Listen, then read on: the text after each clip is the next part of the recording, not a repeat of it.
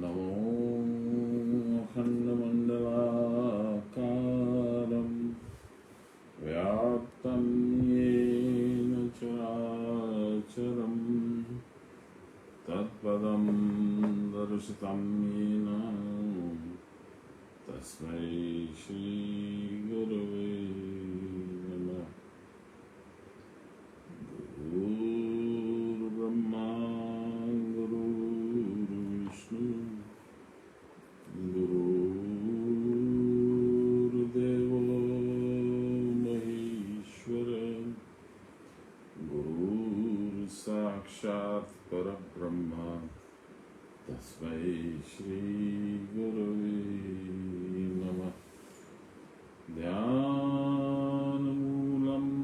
गुरोर्मूर्ति पूजामूलं गुरोर्पदम्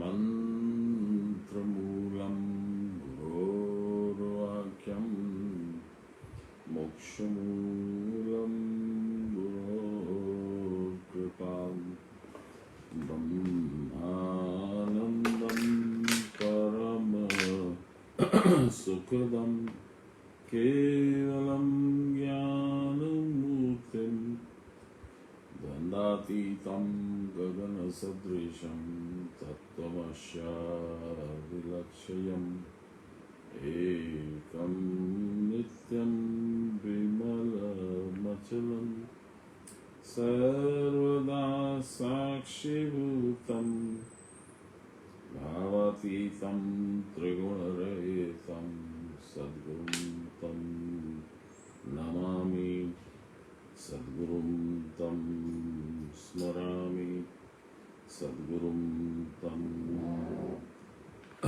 भजामि। नमो ब्रह्मण्यदेवाय गोब्राह्मणहिताय च जगद्विताय श्रीकृष्णाय गोविन्दाय नमो नमः। मूकं करोति वाचालं पङ्गुं लङ्घयति गिरिं यत्कृपातमहं वन्दे परमानन्दमाधवं। नमो श्री ब्रह्मविद्यां योगशास्त्रे नमः। श्री गुरुचरणकमलेभ्यो नमः। श्रीकृष्णाय नमः। श्रीकृष्णाय वासुदेवाय हरये परमात्मने नमः। प्रणतः क्लेशनाशाय गोविन्दाय नमो नमः। कृष्णाय वासुदेवाय नमः। दुर्गे स्मृता हरसि भीतिमशेषजन्तो स्वस्थै स्मृता मतिमतीव शुभां ददासि। दारिद्र्यदुःखभयहारिणिका त्वदन्यां सर्वोपकारकरणाय सदा वृचित्तां। श्री दुर्गेभ्यः नमस्तु। श्री दुर्गेभ्यः नमस्तु। ओम श्री दुर्गेभ्यः नमस्तु। श्री सद्गुरु चरणकमलेभ्यः नमस्तु। ओम श्री सद्गुरु चरणकमलेभ्यः नमस्तु। ओम श्री सद्गुरु चरणकमलेभ्यः नमस्तु।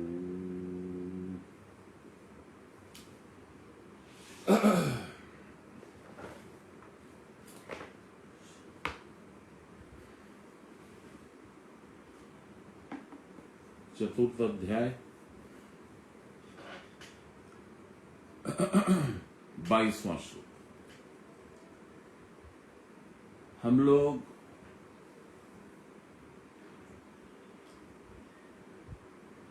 एक विचित्र संयोग की चर्चा कर रहे हैं, उसको समझने की चेष्टा कर रहे हैं।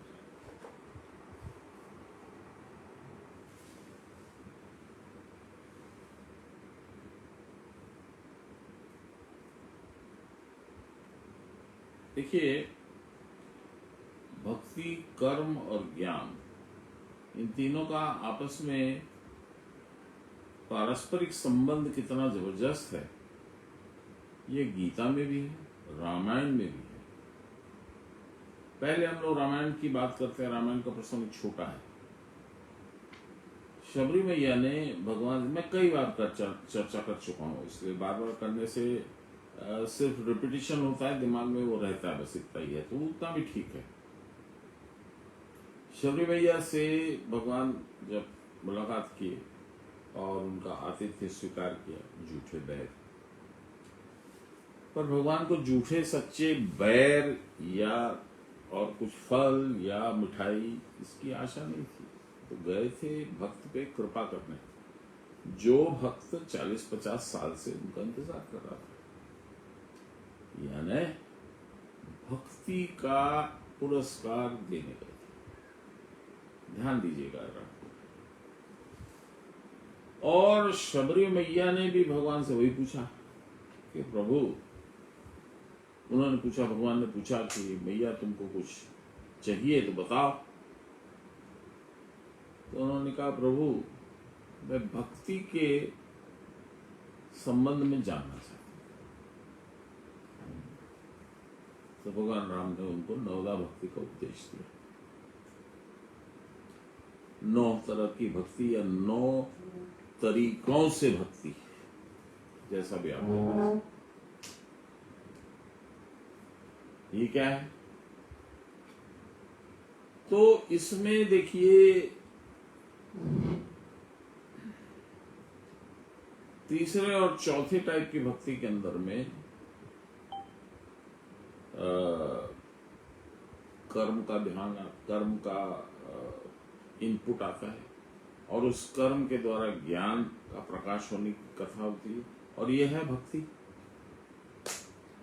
यानी भक्ति को प्राप्त करने के लिए पहले कर्म करना होगा, उस कर्म के करने से ज्ञान प्राप्त होगा, उस ज्ञान के प्राप्त होने पर ही भक्ति होगी। क्यों? तुझे देखा तो है जाना सनम। जब देखोगे नहीं, यहां देख नहीं पाओगे, रूप नहीं है, अगोचर है, इंद्रियों के परे हैं। तो देखो कैसे समझोगे, कैसे सूंघोगे, कैसे टच कैसे करो, कुछ नहीं कर सकते। तब अनुभव रूपी ज्ञान उत्पन्न होगा। कैसे होगा? भगवान राम ने बहुत छोटे में बताया, भगवान कृष्ण ने गीता में 3 अध्याय में बताया। भगवान राम ने क्या बताया?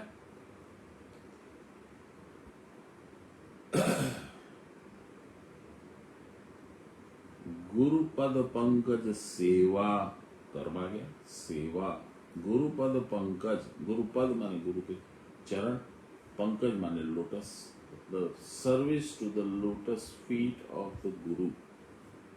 गुरुपद पंकज सेवा तीसरी भक्ति मानी, ये तीसरी है। चौथी क्या है? देखिए, तीसरी भक्ति जो है गुरुपद पंकज सेवा, इसका मतलब है प्राणायाम। इसके बहुत सारे मतलब हो सकते हैं। इसका लिटरल मीनिंग ये है कि गुरु को बैठा के उनके चरण दबाइए, तेल मालिश कीजिए, नहला दीजिए, सफा कर दीजिए, कोई उसमें नाखून बड़े हैं तो काट दीजिए, यही सब। तो ये तो बाहरी मतलब हो गया। आंतरिक बात क्या है? जब गुरु देह के है ही नहीं, हाड़ मांस के शरीर गुरु है ही नहीं, तो उनके चरण होंगे नहीं। क्योंकि गुरु किसको बोला गया है? यहाँ गुरु बोला गया प्रणवाकार, प्रणव को। प्रणव के कोई चरण नहीं होते हैं, आप जानते हैं। प्रणव के चरण होते हैं, गुरु के चरण होते हैं। ये एक शरीर से दूसरे शरीर में सांस के साथ जाते हैं, चल के, है ना? तब क्या? गुरुपद पंकज सेवा तीसरी भक्ति अमान। ये तीसरी टाइप की भक्ति है। कौन सी सेवा? कर्म सेवा।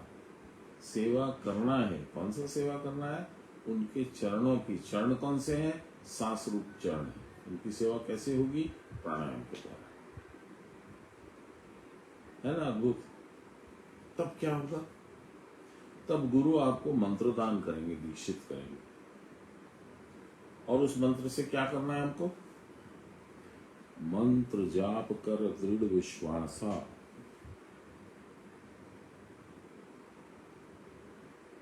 तुमको बोला गया है वैसे उसको विश्वास रख के करते जाओ। ये हो गया कर। पहला क्या था? उनकी चरण सेवा यानी प्राणायाम करना। दूसरा क्या है? मंत्र का जाप करना है। तब क्या होगा? मंत्र सोही जो वेद प्रकाशा, तब ज्ञान उत्पन्न होगा। वेद माने ज्ञान। ये हो गई बात रामायण की। यहां क्या है?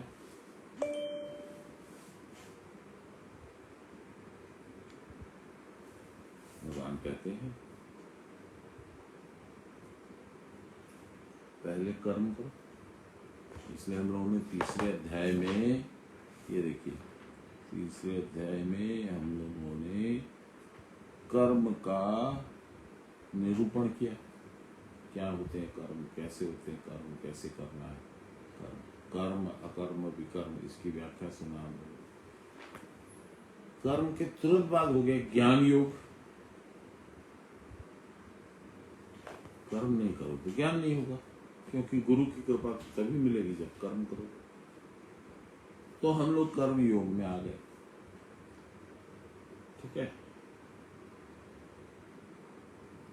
अब इस कर्म के साथ में सेवा भाव होना चाहिए, डेडिकेशन होना चाहिए, और कर्म जो है मनसा वाचा कर्मणा होना चाहिए, यानी मन से, वचन से और कर्म से। मन की स्थिति कैसी होनी चाहिए?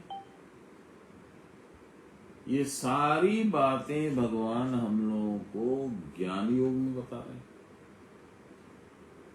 तो हम लोगों ने अब तक 21 श्लोक खत्म कर लिए। क्या सीखा? देखिए हम लोगों ने क्या सीखा, उसको थोड़ा हम लोग रिवाइज करते हैं हल्का सा।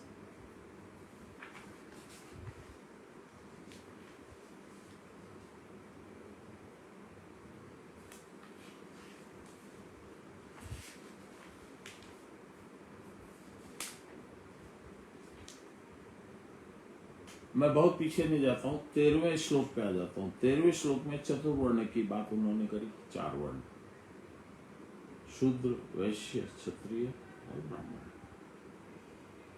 ये 4 वर्ण कहां से आए? कर्मों के अनुसार आए, जन्म से नहीं आए। जैसा कर्म वैसा जन्म। तो इसमें बहुत कुछ मानसिक स्थिति की भी बात आएगी। कौन कैसा काम कर सकता है? अब मैं न्यूक्लियर साइंटिस्ट तो नहीं हूं, मैं रॉकेट तो नहीं बना सकता हूं, तो मेरी बुद्धि कितनी विकसित है, मेरा मन कितना विकसित है, उसके अनुरूप मेरा कर्म होगा। और वो बुद्धि का विकास या उत्थान या पतन गुणों पे भी निर्भर करता है। मां प्रणाम नितिन। तो इसलिए मैंने ये बहुत डिटेल में हम लोग बात किए थे। 84 लाख योनि की बात हो गई इसमें, और उसके बाद में मनुष्यों में आके 4 लाख योनि के अंदर में मनुष्यों में जब पहुंच गए, तब उसमें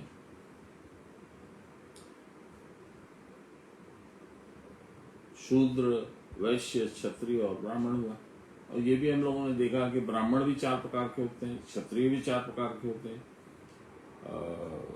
वैश्य भी 4 प्रकार के होते हैं, और शूद्र भी 4 प्रकार के। अब और नीचे यदि आइए तो यमन होते हैं, मलेच्छ होते हैं। अब मलेच्छ नाम पे मैं थोड़ा चिंतन कर रहा था, बाबा ने जवाब भेजा। उन्होंने बोल दिया था तेरे मन में प्रश्न आएगा तो जवाब कहां से आएगा? मैंने कहा ये व्यवस्था तो आपको करनी होगी प्रभु। तो उन्होंने बोला तू घबरा मत, ईथर से चलाएगा, मैं भेज दूंगा। मेरा यही कहना है कि ईथर विथर मैं नहीं जानता हूँ, मैं तो उन्हीं को जानता हूँ। उन्होंने वो भेजे हैं, आज तक वो भेजे। तो अभी मलेच्छ एक बहुत कॉमन यूज है। मलेच्छ मतलब निकृष्ट व्यक्ति या निकृष्ट इंसान या निकृष्ट जानवर भी, जंतु भी।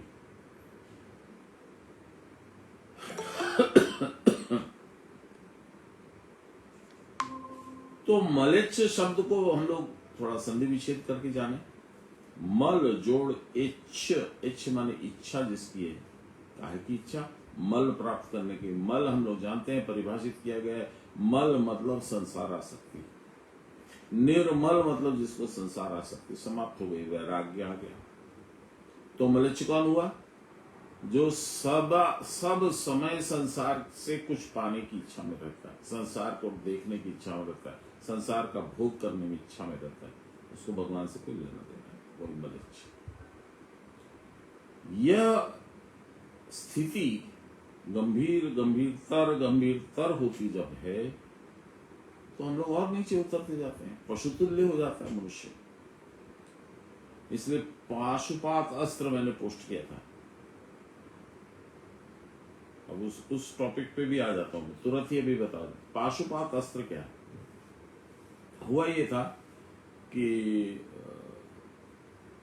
नवरात्र के समय बाबा कुल्टी जाते थे आशीर्वाद के घर पे, तो वहां पे नवरात्र का चल रहा था, पूजा पाठ वगैरह जो भी होता है, बाबा उसमें बिजी थे।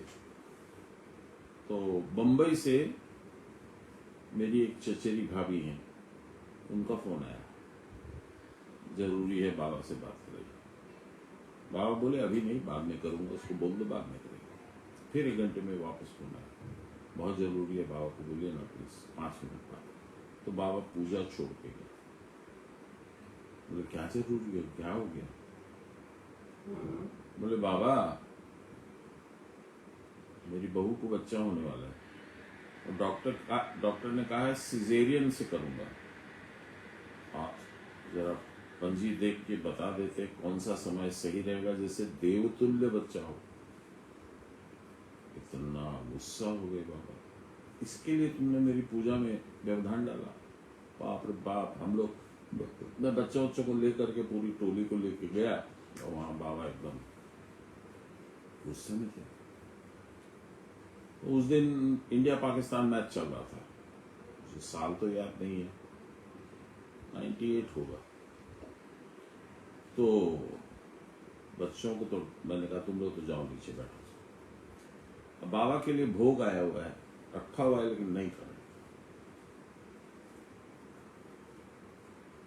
गुस्से को शांत करने के लिए वो घुस गए नहाने के घर में, 2 बार स्नान किया उन्होंने, गुस्सा शांत नहीं। बाकी सब लोग तो डर के इधर उधर छिटक गए, मैं बैठ गया हाथ जोड़ के। तो वो अपना गुस्सा कर रहे थे, तो मैंने कहा बाबा एक प्रश्न है। तो गुस्से में बोले की प्रश्न आज? बाबा सुबह महाभारत देख रहा था, महाभारत में एक प्रसंग आया कि भगवान कृष्ण ने अर्जुन से पाशुपात अस्त्र प्राप्त करने के लिए शिव पूजन करने के लिए बोला। ध्यान लगाओ, पूजा में बैठो, शिव का आराधना करो, शिव प्रसन्न होके आएंगे तो तुम पाशुपात अस्त्र मांगना, क्योंकि वो आएंगे तो तुमसे पूछेंगे, बोलो क्या चाहिए। तो भगवान ने उसको पाशुपात अस्त्र दिया अर्जुन को, और कहा जाता है कि बड़ा भयंकर अस्त्र है। तो ये क्या है प्रभु? मुझे एकदम शब्द याद है, ये उन्हीं की कृपा है कि उनकी वाणी इतने साल के बाद भी मुझे याद है। बाबा ने कहा एग्जैक्टली जो कहा, मैं बंगाली में बोलता हूँ, এইটা হলো প্রশ্ন, এই কি রকমের প্রশ্ন? কখন সিজারিয়ান হবে? ছেলে হলে দেবতুল্য হবে, আর অন্য সময় হলে রাক্ষস হয়ে যাবে। उनका मूड बदल गया एकदम, तुरंत बोले हाँ तुम्हें पाशुपात अस्त्र संबंध कथा बोलছিলে। हाँ बाबा, वो मैंने व्हाट्सएप में पोस्ट किया था, आप लोगों ने देखा हो, मैं फिर से बोल देता हूँ। ये जो पूरा महाभारत है, ये क्या है? ये गीता की व्याख्या क्या है?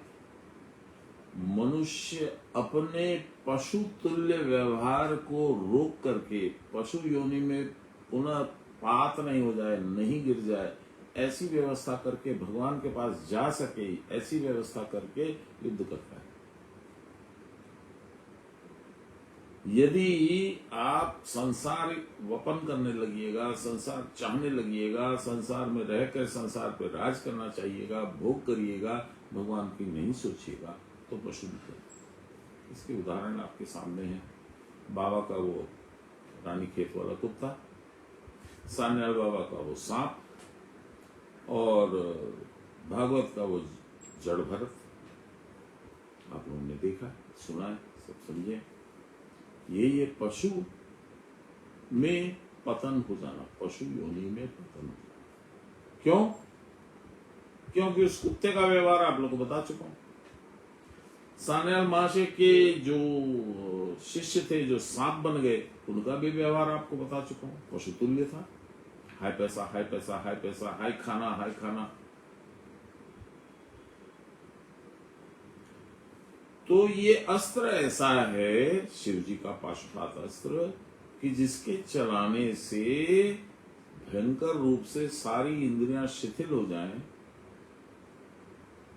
मन स्थिर हो जाए, और यहां जाकर के भगवान के साथ अवस्थान करे। यह पशुपात अस्त्र।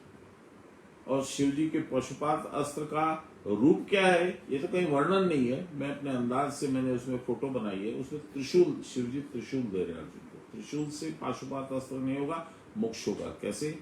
त्रिशूल से 3 ग्रंथियां खुलेंगी, मूलाधार, हृदय और जिह्वा ग्रंथि। अब देखिए कितनी सुंदर बातें हैं। तो बाबा ने ये बताया मुझे।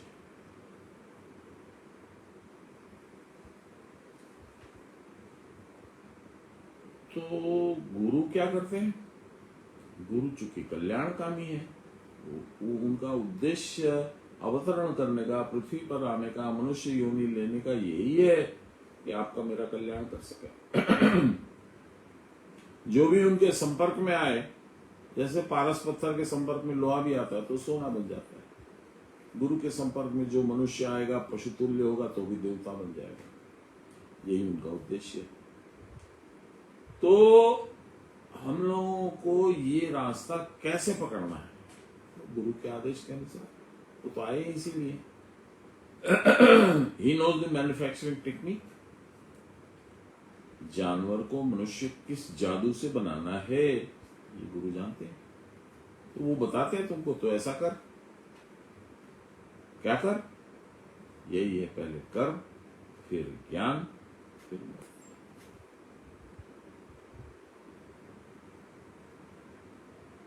अभी हम लोगों को कल बताया उन्होंने 21वें श्लोक में, हाँ, निष्काम अंतःकरण और संयत शरीर सब प्रकार के भोगों का त्यागी, वैरागी, केवल मात्र शरीर द्वारा संपाद्य अथवा जिसका प्रयोजन शरीर की स्थिति मात्र जिंदा रहने के लिए जितना आवश्यक है, इस प्रकार से कर्म करके पाप को प्राप्त नहीं होते, पुण्य को प्राप्त होते हैं। अब पाप पुण्य की व्याख्या सुनिए। पूजा की व्याख्या की जैसा ही है पुण्य। क्या है पूजा में? मतलब प माने मूलाधार, उ माने ऊपर, ज माने जाप, पूजा।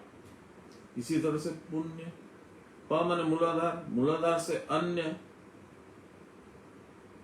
ऊपर जाके अन्य माने भगवान की तरफ। यहाँ पे अन्य दूसरा है, यहाँ पे अन्य दूसरा है। तो पूजा और पुण्य सुन लिए। पाप, प यानी मूलाधार, यानी संसार में आप फंसे रहो। ये मेरी व्याख्या, ये शास्त्र सम्मत नहीं है कि मैंने अपना जोड़ दिया।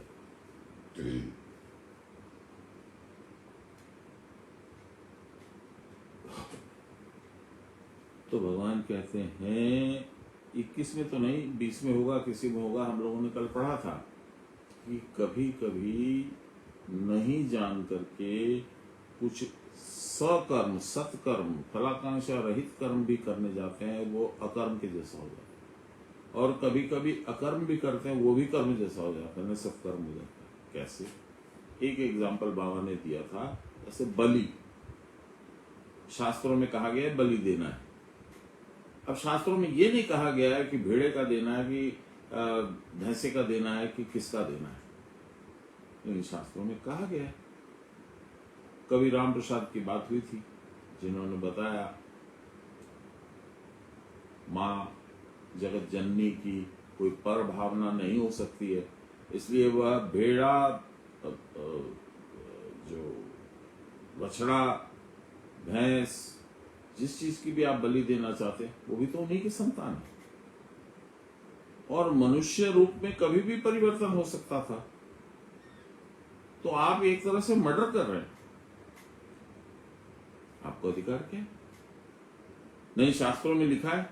शास्त्रों में ये नहीं लिखा है। शास्त्रों में लिखा है कि आपके अंदर के जो जानवर हैं, जो आपके अंदर पशुतुल्य रूप में आपको गिराते हैं, क्रोध, लोभ, वासना, संसारासक्ति, उसकी बलि देनी है। ये हम लोगों ने पढ़ा। तो हम क्या करने गए? कर्म करने गए। लिखा है शास्त्रों में तो मैंने बलि दी, लेकिन किस चीज की बलि दी ये हमको ध्यान नहीं है। इसलिए शास्त्रों का जो लिखा हुआ था उसको हम गलत पढ़ गए और गलत समझ गए और गलत काम हम कर गए। इसलिए जो कर्म करने गए वो अकर्म हो गया। इसी तरह से उल्टा भी है। ये सब हम लोगों ने पढ़ा। ये क्या है? कर्म और उसका ज्ञान के साथ में क्या रिलेशन है। यानी जो भी आप करो, भगवत प्रीत अर्थम करिए, जिससे भगवान की प्रीति आप में हो, आपकी प्रीति भगवान में हो, ये काम करना चाहिए। जिसमें गुरु आप पे प्रसन्न हो, इससे बढ़ के कोई काम ही बढ़िया काम हो ही नहीं सकता। तो ये ज्ञान आपको कब आएगा? जब आप सही कर्म में और गलत कर्म में फर्क करना सीखेंगे। गलत कर्म आपको नीचे गिरा देगा। आपका रास्ता उधर का है, आप उधर चले जाओगे, उल्टा चले जाओगे। और सही कर्म आपको माने मूलाधार से उठा के यहाँ पे ले जाके अन्य दिशा में ले जाएगा। यानी संसार से अन्य दिशा है भगवान। ये हो गया तुम। लारी माशा ने दूसरी भाषा में अलग शब्दों से यही बात कही है। अन्नोदिके दृष्टि दिले पाप। उन्न माने भगवान के अलावा। चलिए आज का श्लोक पढ़ते हैं। देखिए, मैं 30 बरस होने को आया। बचपन में भी 3-4 बरस, 5 बरस गीता पाठ हुआ। बहुत छोटा था, उसके असली मर्म को नहीं जान सका। मर्म को नहीं जानते हो तो एक्सरसाइज होती है, लेकिन उस एक्सरसाइज का एक ही लाभ है, संस्कार बनता है।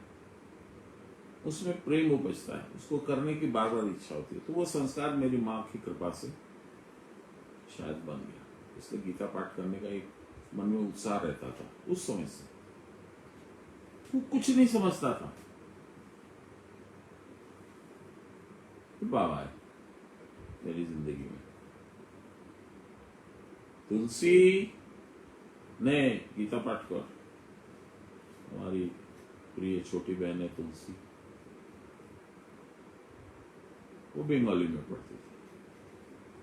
फिर वो श्लोक, उसी अध्याय का वही 2 श्लोक पढ़ती।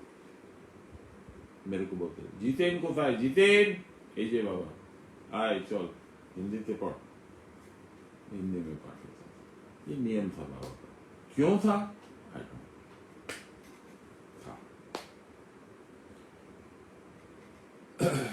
शायद ट्रेनिंग कर रहे थे मेरा। उस ट्रेनिंग के बिना तो आज आपके सामने मैं बैठ के इतने साल से मैं बोल रहा हूँ, ये संभव ही नहीं। किसी मनुष्य के लिए संभव नहीं। मेरे जैसे मूर्ख आदमी के लिए बिल्कुल संभव नहीं। तो उंगली पकड़ के चला रहे हैं। जो बोलना है वो खुद बोलते हैं, मेरा खाली स्पीकर काम करता है। तो हम लोगों को उनका जो ज्ञान है, उनसे जो ज्ञान मिलता है, उस ज्ञान से सही रास्ते पे चलने का तरीका, चलने का सलीका हम लोग सीखते हैं। तो ये हुआ ज्ञान युक्त कर्म या कर्म युक्त ज्ञान। इसलिए दोनों परस्पर एक दूसरे के पूरक हैं। इसके बिना ये नहीं होगा, इसके बिना ये नहीं होगा। ठीक। और इन दोनों को करने के बाद ही भक्ति उत्पन्न होगी। वो उस पर बाद में आएंगे। तो अभी कर्म और ज्ञान का परस्पर आपस में क्या संबंध है वो हम लोग पढ़ रहे हैं। चलिए आज का श्लोक 22 नंबर। यदृच्छालाभ संतुष्टो द्वंद्वातीतो विमत्सर समः सिद्धाव सिद्धौ च कृत्वापि न निबध्यते।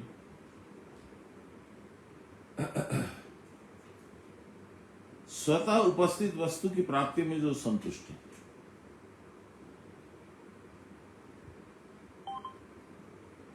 इसका मतलब बहुत सिंपल है लेकिन कितना व्यापक है देखिए। तो आप घर में बैठे हैं, आपकी पत्नी या पति या यदि रान्ना घर में कोई चाकर है या बनाने वाला है तो उसने क्या बनाया आपको नहीं मालूम, लेकिन उसने जो बनाया बिना उसमें मीन मेख निकाले यदि आपने खा लिया तो जो मिला उसमें संतुष्टि हो गई। एक दो, आपकी अर्निंग एक्स अमाउंट है, 5,000 है, 10,000 है, 20,000 है, जो भी है, तो जैसी है वैसी है। आप उसके लिए लड़ना, लूटना, बेईमानी करना, शैतानी करना, पॉलिटिक्स करना ये नहीं करेंगे। जितना भगवान की इच्छा है, जो उन्होंने कृपा की, इसी को कहते हैं यदृच्छा लाभ संतुष्टो। जितना मिल गया उसी में जो संतुष्ट है। इसको बहुत सुंदर सुंदर शब्दों से बहुत से लोगों ने बहुत बताया है। एक ने बताया जो प्राप्त है वही पर्याप्त है। पर्याप्त माने इनफ, प्राप्त माने जो मिला, जो प्राप्त है वही पर्याप्त है। एक दूसरा, बहुत छोटा था तब से मेरी माँ बोलती थी, संतोषी सदा सुखी। जितना मिला उसमें जो संतुष्ट हो गया वो सुख में है। तो भगवान कहते हैं स्वतः उपस्थित वस्तु की प्राप्ति में जो संतुष्ट है, जो अपने आप मिल गया, भगवान ने भेज दिया, किसी को भी मार्फत कोई भी रास्ते से आया, भगवान ने भेज दिया, बस उसमें संतुष्ट हो गया। ठीक है बाबा, थैंक यू। शीत उष्ण सुख दुख आदि द्वंद्वों को सह लेने वाला। गर्म लग रही है, ठंड लग रही है, सुख लग रहा है, दुख हो रहा है, इस पे बहुत ज्यादा उछाल भी नहीं मारे, बहुत ज्यादा दुखी भी नहीं हो, सह ले, जैसा भगवान की मर्जी। जे ही विधि राखे राम से ही विधि रही। ये सीताराम सीताराम सीताराम कहिए।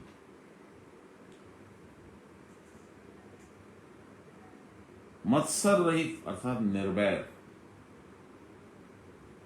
सिद्धि में असिद्धि में संभावना।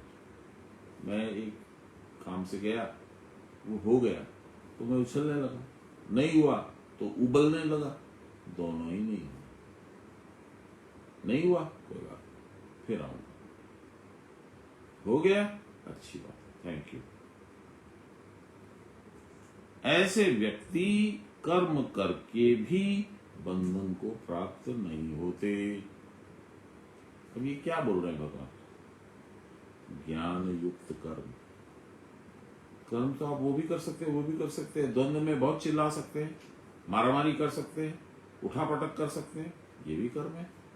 भगवान कहते हैं कि मानसिक रूप से भी तुमको संयम रख करके, संतुष्ट होके, वैराग रख के काम करना है, चाहे वो जो भी काम हो। इसलिए कर्म युक्त ज्ञान या ज्ञान युक्त कर्म ये आवश्यक है। क्यों? क्योंकि आप मनुष्य योनि में हैं, आप भोग योनि में नहीं है।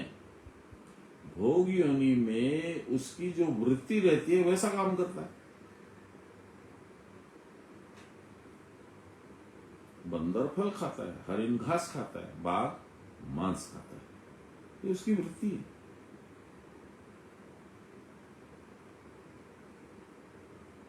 चिड़िया बच्चों को पैदा करती है, अंडे देती है, उसके लिए घोंसला बनाती है, फिर उसके अंदर में उनको अंडे को रख के उसको सेवन करती है।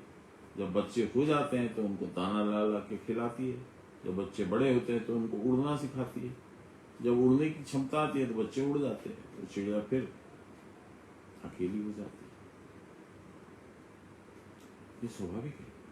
इसके लिए किसी चिड़िया को विलाप करते देखा है आपने? ये स्वाभाविक है, इसलिए इसमें कोई, तो भगवान भी ये कह रहे हैं, तेरे यहां पे जो लिखा है वो आ जाएगा। इसके लिए ज्यादा उत्सुकता, ज्यादा उछाल कूद करने की जरूरत नहीं। चलिए,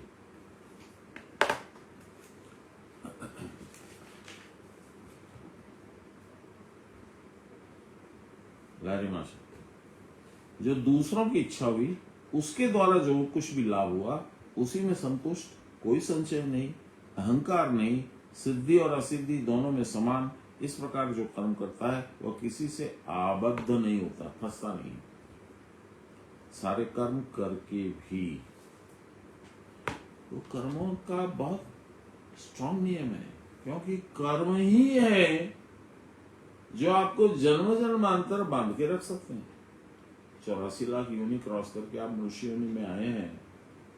कितना कष्ट, कितनी लंबी यात्रा। भगवान की कृपा है कि आपको मालूम नहीं है, याद नहीं है।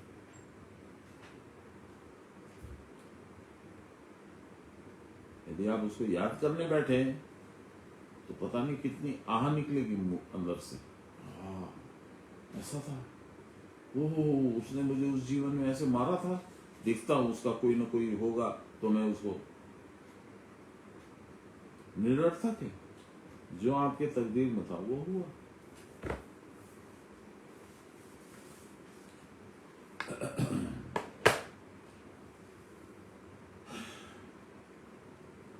सान्याल महाशय कहते हैं, ये क्रिया प्राप्त नहीं, परावस्था प्राप्त योगी के लक्षण है। ये भक्ति योग आएगा, उसमें 12 नंबर श्लोक से लेके 20 नंबर श्लोक तक भगवान यही बताएंगे कि कौन सा मेरा भक्त सबसे श्रेष्ठ है, सबसे अच्छा मुझे कौन सा भक्त लगता है। उसमें बहुत सारी बातें बताते हैं। अनिकेत, शुचित वक्ष, सर्वारंभ परित्यागी, सबसे पहले त्याग कर दिया। प्रभु, मैंने आपके निमित्त ये काम किया है, आप प्रसन्न हो तो मुझे आनंद मिलेगा, न भी प्रसन्न हो तो मैं और प्रयास करूंगा अगली बार। सर्वारंभ परित्यागी, ये मेरा काम नहीं है, आपका है, आपके निमित्त किया है। आपकी प्रसन्नता प्राप्त करने के लिए मैंने ये काम किया। अनिकेत, ये मेरा घर है, वो मेरा फ्लैट है, वो मेरी अलग बिल्डिंग है, वो मैं भाड़े पे लगा। अनिकेत, एक बार हर घर में होता है, हमारे घर में भी थोड़ा विवाद चल रहा था, तो इस फ्लैट में नहीं जाना, तुमको उस फ्लैट में नहीं जाना, इस तरह की कुछ बातें हुई। तो बाबा आए हुए थे, थोड़ा मंजू अपसेट हो गई थी मेरी वाइफ। तो उसने कहा कि बाबा, मेरा भी फ्लैट होना चाहिए, एक बॉम्बे में, एक कलकत्ता में, एक दिल्ली में, एक मद्रास में। तो बाबा हंसे, अच्छा लाड़ो जितेन की वो चित देखिए। अब ये भावावेश था, ये कोई लॉजिक लगा के बुद्धि से सोच के तो किया हुआ बात की भी बात नहीं थी। बाबा ने कहा, मंजू अनेक फ्लैट गुलो चाहे, तुम्हार की, তুমি কি বলো? मैंने कहा, प्रभु अनेक फ्लैट নিয়ে কি করব? যখন থাকবো কোনো একটাতেই তো থাকবো, বাকিগুলো তো ফাঁকি পড়ে থাকবে। সেখানে কেয়ারটেকার থাকবে, মেইনটেনেন্সের খরচা হবে, বিজলির খরচা হবে, রিপেয়ার মেইনটেনেন্স হবে। ও আমি ওদের প্লাস যত আমি খরচা করবো তার আমার ব্যাজ লাগবে। তো ওই ব্যাজ বাঁচিয়ে তো আমি হোটেলে থাকতে পারবো, 2 দিন 4 দিন 5 দিন 10 দিন যত দরকার আছে আমি হোটেলে থাকবো। আমার ফ্ল্যাট প্রত্যেকটা জায়গায় নিয়ে মেনটেন হবে না। প্লাস যদি আমি কাউকে ভরসা করে দিয়ে দিই চাবি যে তুই রাখ, এটা দেখা দেখি করবি, ও ওখানে কিছু উল্টোপাল্টা কাজ করলে দোষ আমার হয়ে যাবে। তবে দেখছো मंजू কি বলছে জিতেন, তুমি কি বলো? मुझे तो जोश में बोल दी थी, वो बोले नहीं ठीक है बाबा, जाने दीजिए। ये है गुरु का काम, मीठे मीठे बात करके ज्ञान घुसा देना। तुमको कष्ट भी नहीं होगा, तुमको पता भी नहीं चलेगा तुमको ज्ञान दे रहे, वो ज्ञान आ जाएगा। ये जो मैं बोला, क्या मेरी इच्छा नहीं थी कि मैं भी अपना फ्लैट रखूं, मेरे को भी दिखाऊंगा कि मेरे पास भी फ्लैट है? थी इच्छा, बुद्धि वही दिए कि क्या करोगे रह, क्या करो, इतना फ्लैट मेंटेन कैसे करोगे?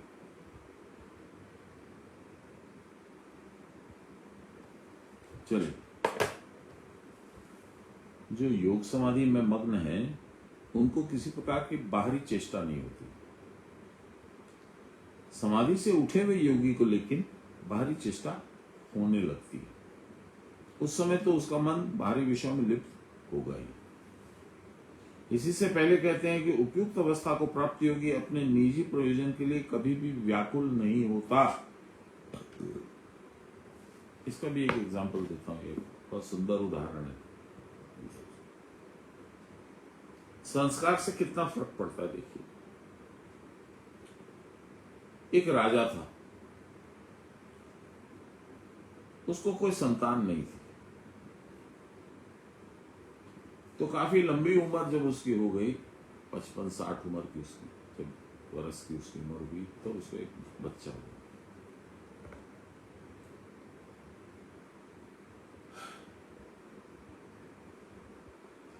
जब 70 वर्ष का राजा हो गया, बच्चा तो अभी 10 साल का ही है, तो राजा को चिंता होने लगी,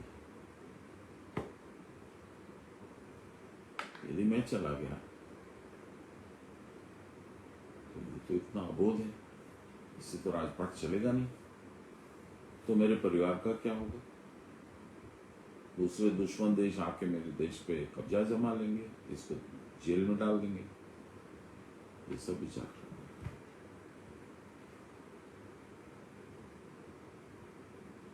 तो बड़ा दुखी रहता था। मंत्री बड़ा होशियार था, उसने कहा राजन, आपको मन व्यग्र है, चलिए घूम के आते हैं।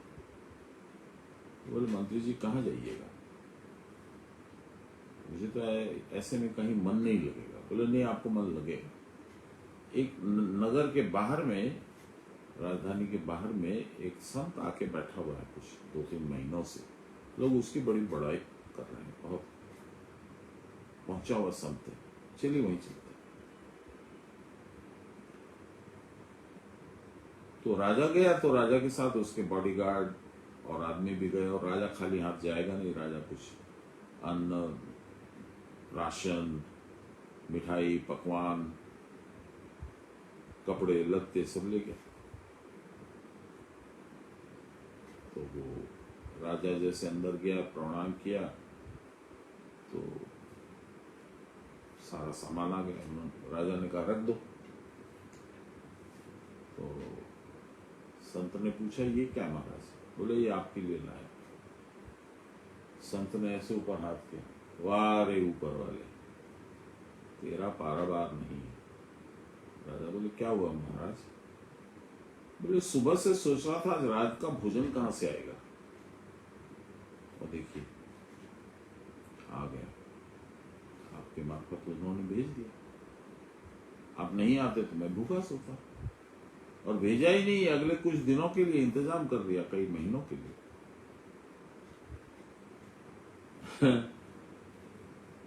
राजा सोचा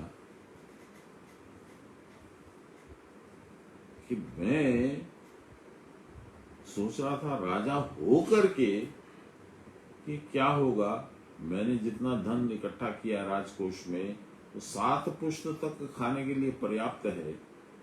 8वां पुश्त क्या खाएगा यदि मेरा लड़का निकम्मा निकल गया तो? ये सब सारे विचार थे उसके। अब बताइए, एक आदमी 8वीं पुश्त के लिए सोच रहा है, एक आदमी शाम के लिए सोच रहा है। जो इस तरह से सोचता है वो योगी ही हो सकता है। और सोच के भी उसने भगवान को छोड़ दिया, तो जो कहे चाहता है करना, और इसने नहीं छोड़ा, इसलिए ये दुखी हो रहा था।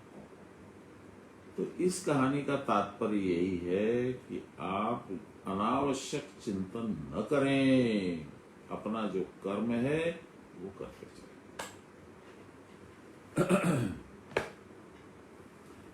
इसी से कहते हैं उपयुक्त अवस्था को प्राप्त योगी, परावस्था को प्राप्त योगी अपने निजी प्रयोजन के लिए कभी व्याकुल नहीं होता। वह आयाचित लाभ में संतुष्ट होता है, जो आ गया ठीक है। दूसरे लोग जो अपनी इच्छा से उसको दे देते हैं उसी से वे प्रसन्न रहते हैं। यह नहीं हुआ, वह नहीं हुआ। एक और प्रसंग याद आ गया अभी बोलते बोलते। एक बार बाबा आए हुए थे मेरे घर पे। मेरी दीक्षा कुछ दिन ही हुए थे, 96 की ही बात है। मेरी दीक्षा बहुत समय नहीं हुआ था। तो जब लौटने का बाबा का समय हुआ तो कुछ गीता, कुछ और छोटे छोटे सामान बाबा को मंजूर दे रहे थे। मेरे को तो ये सब अटकल थी नहीं। तो उसमें चांदी मड़ी हुई थी, तो उसमें ये था, तो उसमें वो था। तो वो बोल रही थी बाबा ये है, ये है। मेरे मन में कोई विचार आया होगा, मुझे याद नहीं है, कुछ विचार आया होगा।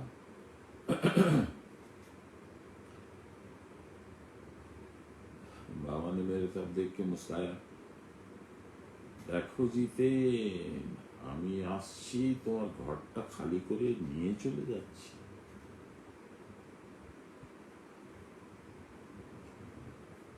उन्होंने ही उसका जवाब मेरे दिमाग में दिया। मैंने कहा प्रभु मेरे पास है ही क्या, आपको देने के लिए तो मेरे पास कुछ नहीं है जीवन में।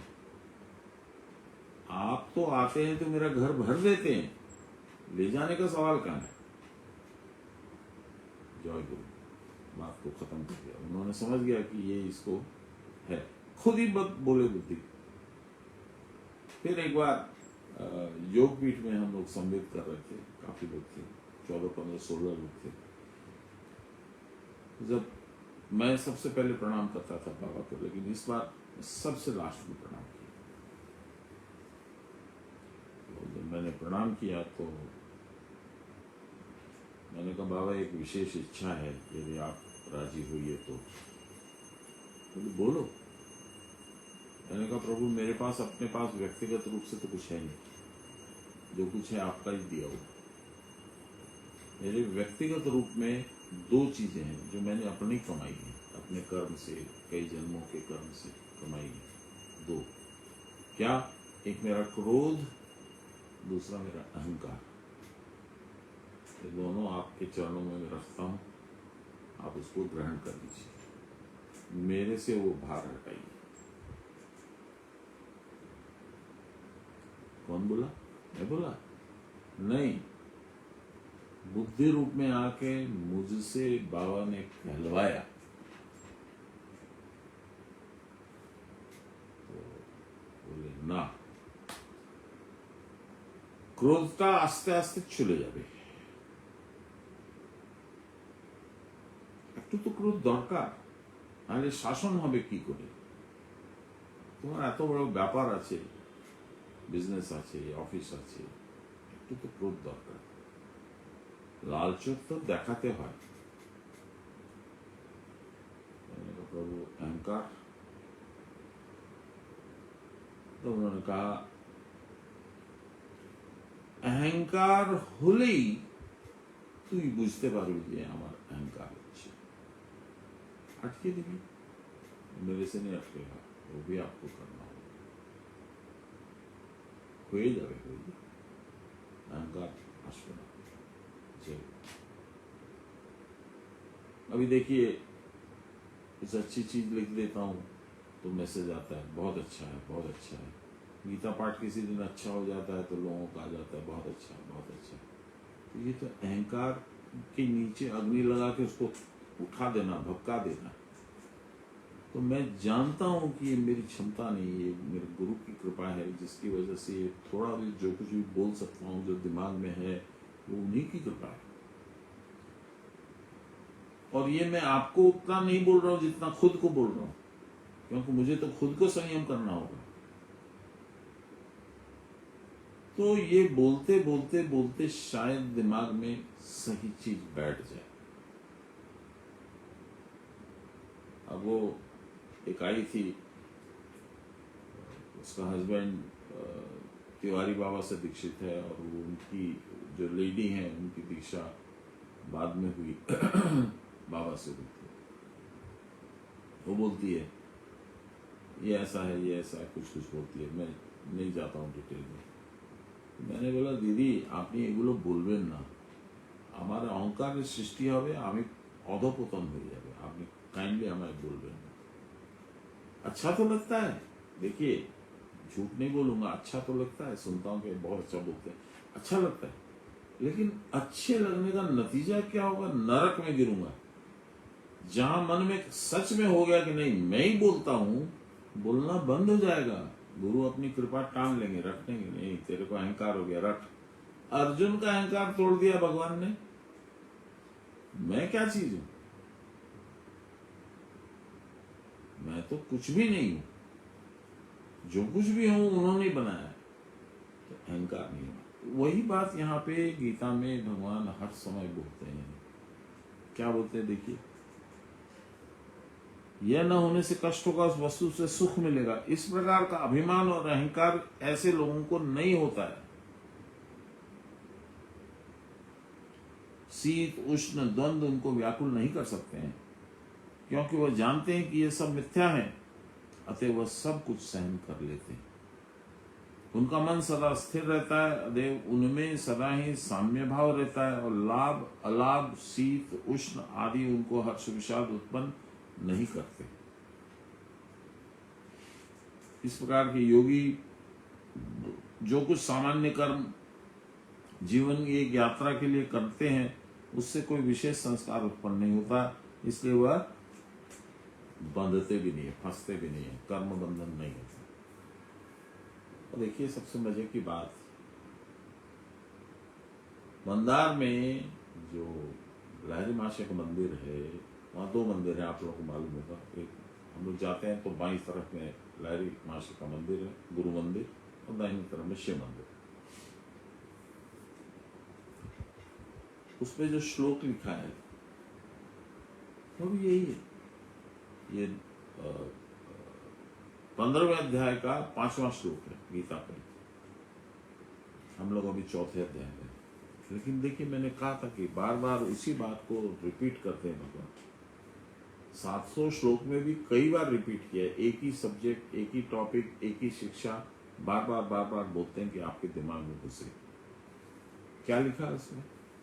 आप लोग को बहुत बार सुनाया हूं, फिर से सुनाता हूं। निर्माण मोहा जित संग दोषा आध्यात्म नित्या विनिवृत्त कामा द्वंद्वैर विमुक्ति सुख दुख संज्ञे गच्छन्ति अमूढ़ा पदमम अव्यय तत्। निर्माण मोहा, न मान न मोह। मान मतलब सम्मान, सम्मान की चाह। निर्माण मोहा जित संग दोषा, संग दोष क्या है? इंद्रियों का संग होने से ही दोष होगा। आंखों से कुछ देखोगे उसको चाहोगे, कान से सुनोगे उसको चाहोगे। अध्यात्म नित्या, अधि माने बुद्धि, आत्मा में सब समय लगी रहे। अधि और आत्मा इज इक्वल टू आध्यात्म। निर्माण मोहा जित संग दोषा आध्यात्म नित्या विनिवृत्त कामा। किसी भी चीज की कामना नहीं, जो इच्छाएं थी सब निवृत्त हो चुकी। गच्छन्ति अमूढ़ा पद्मम अव्यय तत्। यही है तत्, यहीं पे भगवान के चरण है। ऐसे अमूढ़ यानी स्मार्ट, अमूढ़, मूढ़ माने जो संसार में मोहित हैं, मूढ़, अमूढ़ जो संसार से कोई मोह नहीं। ऐसे लोग भगवान के चरणों में जो तत् यानी कुटस्थ में है वहां तक पहुंचते। सेम बात हुई ना अभी हम लोगों ने जो पढ़ा, और जो 15वें अध्याय में ये एक दो बार और रिपीट हो। चलिए 23 नंबर श्लोक।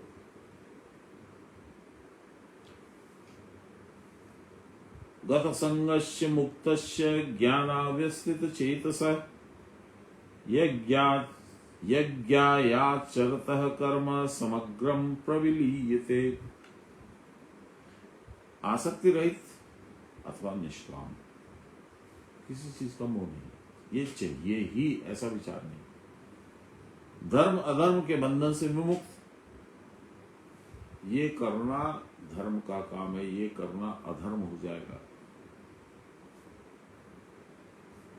चाह और तिरस्कार दोनों जिसकी नहीं है, जिनका चित्त ब्रह्मात्मिक के ज्ञान में अवस्थित है, ऐसे पुरुष।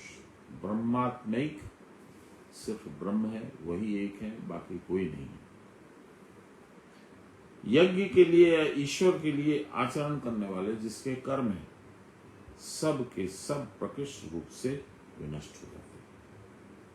ये क्या बोले, उटपटांग लगा मुझे, कहीं समझने में भूल हुई। देखते हैं, निष्काम रागादि मुक्त ज्ञान में अव्यवस्थित अवस्थित ज्ञान में अवस्थित चित्त, ज्ञान में रहने वाले चित्त पुरुष के ईश्वर निमित्त कर्म करने पर भी उनके सारे कर्म वासना सहित प्रकृष्ट रूप से विलय, और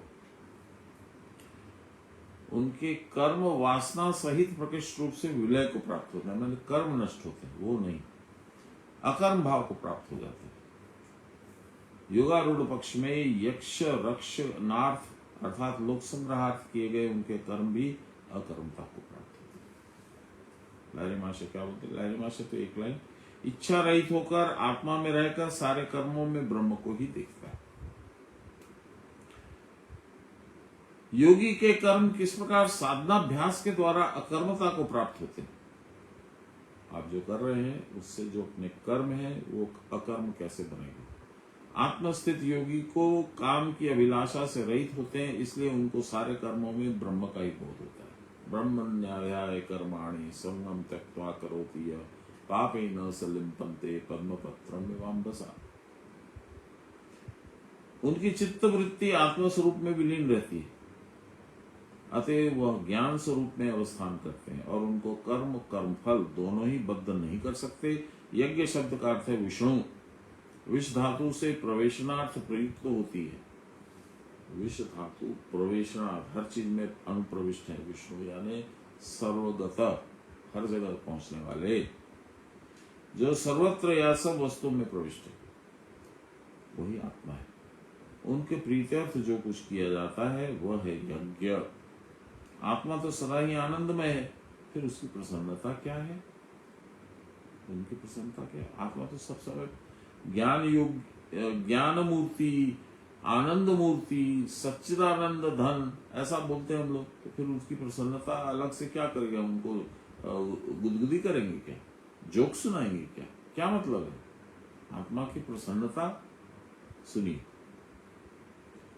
नित्य प्रसन्न भाव युक्त है, हरदम ही प्रसन्नता में रहते हैं। इसकी उपलब्धि कर सकना, आपको पता होगा कि हाँ वो प्रसन्न है, आत्मा मेरे कर्म से दुखी नहीं है। इस अवस्था को समझने के लिए ऐसा ही बनना पड़ेगा। जिससे यह भाव आए वैसे कर्म अर्थात क्रिया साधना आदि के द्वारा मनुष्य किसी बंधन में नहीं पड़ता, और जो जगत के जीवों के कल्याण के लिए दूसरों को स्वधर्म में लगाने के लिए इस क्रिया का प्रचार करते हैं गुरु पंक्ति, उस योगारूढ़ पुरुष के कर्म भी अकर्मता को ही प्राप्त होते हैं, उनका कोई बंधन नहीं। श्री कृष्ण गोविंद हरे मुरारे, हे राम नारायण वासुदेव, श्री गुरु चैतन्य हे आत्मदेव, हे मात दुर्गे हर विश्वनाथ, सर्वे भवन्तु सुखिनः, सर्वे सन्तु निरामया, सर्वे भद्राणि पश्यन्तु, मा कश्चित् दुःखभाग् भवेत्। असतो मा सद्गमय, तमसो मा ज्योतिर्गमय, मृत्योर्मामृतं गमय, आविराविर्महीधि। बोले प्रेम से गुरु महाराज की जय, परम गुरुदेव की जय, परात्पर गुरुदेव की जय, परमेष्टि गुरुदेव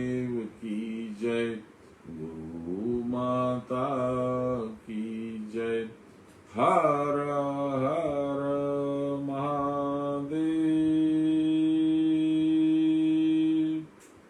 जय गुरु। मामा प्रणाम देवेन, बाकी सब लोगों को जय गुरु।